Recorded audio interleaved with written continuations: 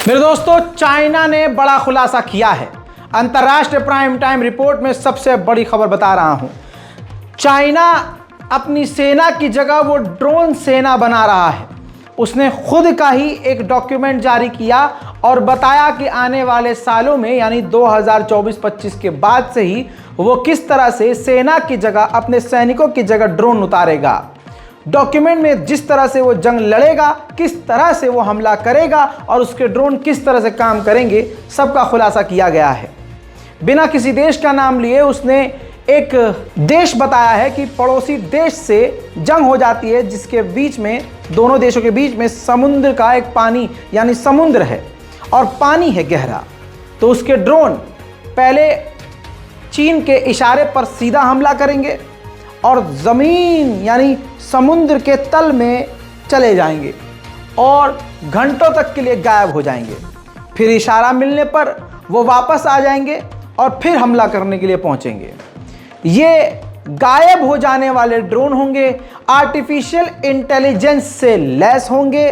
जो भविष्य वाली जो हम एडवेंचर फिल्में देखते हैं उसके अंदर एडवांस जो हथियार होते हैं, उस तरह के हथियार अब आने वाले समय में सच हो सकते हैं। इसके अंदर बताया गया है कि इससे चीन का नुकसान कम होगा, सैनिक नहीं मरेंगे, लोग नहीं मरेंगे और चीन ड्रोन के जरिए खतरनाक हमला कर सकेगा। चाइना की आर्मी यानी PLA इस वक्त सबसे ज़्यादा फोकस ड्रोन बनाने पर कर रही है। डराने वाली बात यह है कि यह पड़ोसी देशों के लिए खतरा है और सीधा भारत के लिए बड़ा खतरा है। भारत तक ये रिपोर्ट आ चुकी है और आपको ये बता देना चाहता हूँ कि इस वक्त भारत अलर्ट पर है। भारत को पता चल चुका है कि चीन के इरादे खतरनाक हैं।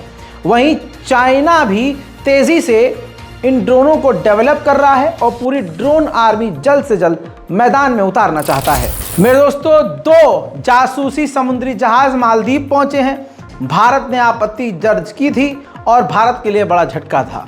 कई तरह के सवाल खड़े हुए, तो अब चाइना ने बिना भारत का नाम लिए सफाई दी है कि जो हमारा वॉरशिप गया है, जो हमारा स्पाई शिप गया है, उसके सिर्फ 2 मकसद है, विज्ञान की लाइन में रिसर्च करना और शांति को बढ़ावा देना। उस वॉरशिप से किसी को खतरा नहीं होगा, हम इसका वादा तमाम देशों से करते हैं। इस साल के शुरुआत में ही मालदीव में सिर्फ भारत के 16,000 लोग पहुंचे, वहीं 32,000 से ज़्यादा चीन के लोग पहुंच गए। वहीं चीन और पाकिस्तान के लिए बड़ा खतरा भारत और रूस की नई ब्रह्मोस मिसाइल है, जो स्टील टेक्नोलॉजी की एडवांस मिसाइल है, जिनको भारत और रूस ने मिलकर बनाना शुरू कर दिया है। 2025 में इसका कहा जा रहा है कि सफलतापूर्वक परीक्षण भारत और रशिया कर लेंगे। वहीं मेरे दोस्तों, इंडिया और कतर ने LNG लिक्विफाइड नेचुरल गैस की डील कर ली है और आपको बता दूं कि यह डील 1-2 दिन के लिए नहीं बल्कि 20 सालों के लिए है। भारत में मुसलमानों का बाइकॉट करेंगे लेकिन विदेशी मुसलमानों से तेल जरूर लेंगे। बड़ा खुलासा हुआ है एक कि नीदरलैंड का पिछले साल डिफेंस के डेटा को और डिफेंस की जानकारियां चीन के हैकर्स ने हैक कर ली थी, जिसकी वजह से नीदरलैंड खतरे में पड़ गया था। खबर यह है कि ईरान ने 15 से 20 देशों को फ्री वीज़ा अलाउ कर दिया है, जिसमें भारत भी शामिल है। अब भारत के लोग बिना वीज़ा डायरेक्ट जा सकते हैं और आपको बता दूं 15 दिन बड़े आराम से ईरान घूम सकते हैं। कहा जा रहा है कि ईरान और सऊदी अरब के रिश्ते बेहतरीन इतने हो गए हैं कि अभी 2 दिन पहले डिफेंस शो ऑफ हुआ था, डिफेंस का शो हुआ था सऊदी अरब में, तो सऊदी अरब में उस वक्त ईरान के अधिकारी भी मौजूद थे। वहीं यह भी एक बड़ी बात है कि ईरान के कहने पर, एक बार कहने पर सऊदी अरब ने 2 ईरानी कैदियों को रिहा भी कर दिया है। याद होगा तुर्की में पिछले साल खतरनाक भूकंप आया था। इस भूकंप में 53,000 लोग मारे गए थे। 7.5 मैग्नीट्यूड और कहीं 7.0 मैग्नीट्यूड का खतरनाक भूकंप था। उसके याद में, उसकी बरसी में आज साइलेंट मार्च तुर्की में निकाला गया।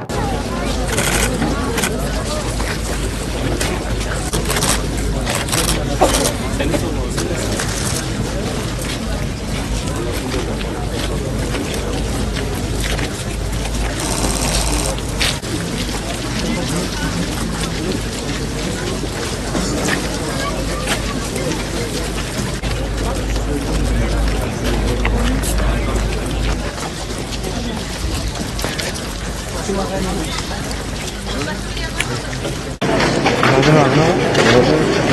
लेकिन आपको बता दूं कि तुर्की के लोग अधिकारियों के खिलाफ, सरकार के खिलाफ प्रदर्शन भी करते हुए नजर आए, क्योंकि उनका मानना यह है कि तुर्की की जो राहत बचाव टीम है और सरकार है उसने ठीक काम नहीं किया, तेज़ी से काम नहीं किया, जिसकी वजह से मलबे में दबे हुए लोग बिन मौत मारे गए।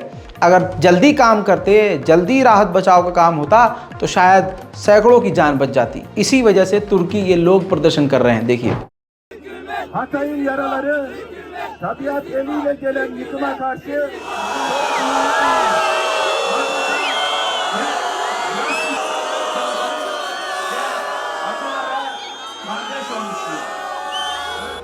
bugünden çok İnsanların iç acısının yankısı bu. İnsanların ne kadar acılar çektiğinin yankısı bu. Buradaki acıların telafisi anlatılmaz bir şey. O insanların kalbi kanıyor. Portakal dalı. Sizi çok seviyorum. Çok seviyoruz.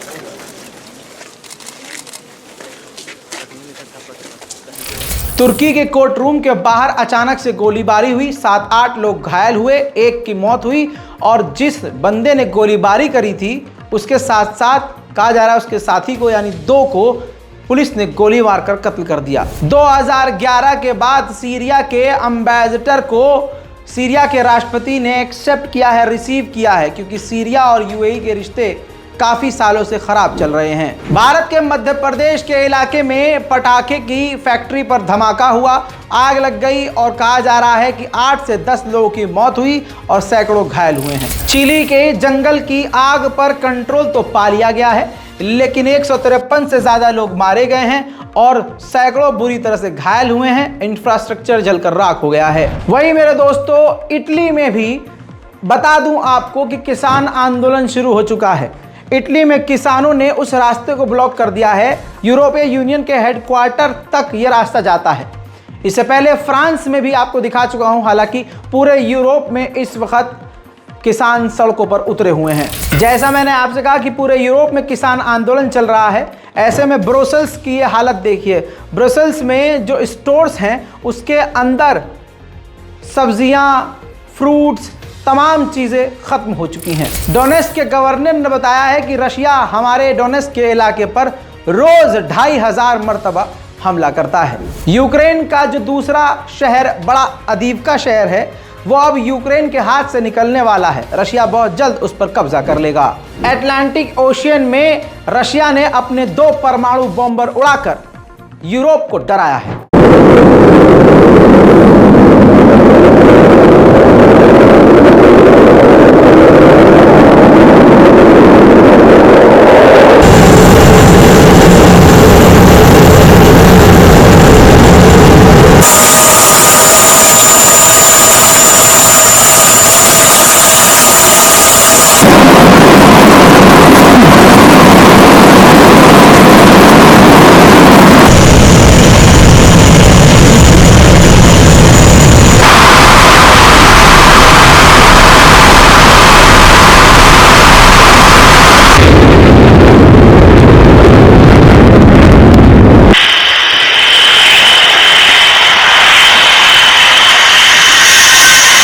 Europe ने रूस की कई सारी property को जब्त करके पैसा Ukraine को सौंप दिया और अब इतना बड़ा कांड करने के बाद पूरा यूरोप डर रहा है कि रशिया साइबर अटैक यूरोप पर कर सकता है। यूरोपीय यूनियन फॉरेन पॉलिसी के चीफ ने कहा है कि तमाम यूरोप और वेस्ट के देश दूसरे देशों को हथियार देना बंद करें और सीधा सिर्फ और सिर्फ यूक्रेन को हथियार दें।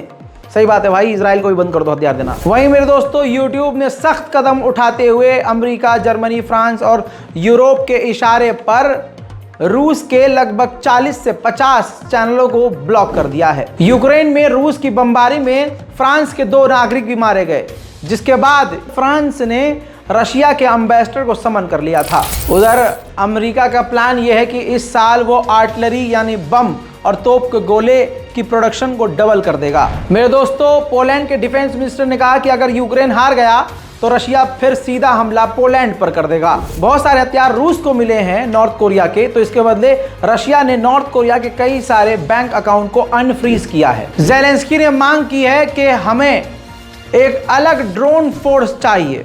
ज़ेलेंस्की ने कहा कि हम चाहते हैं कि जैसे एयर फोर्स है वैसे ड्रोन फोर्स अलग होनी चाहिए। अंतर्राष्ट्रीय प्राइम टाइम रिपोर्ट में आज और अभी के इतना ही। चैनल को सब्सक्राइब कीजिए, रिपोर्ट को शेयर कीजिए, कमेंट में अपनी राय लिखिए। जय हिंद।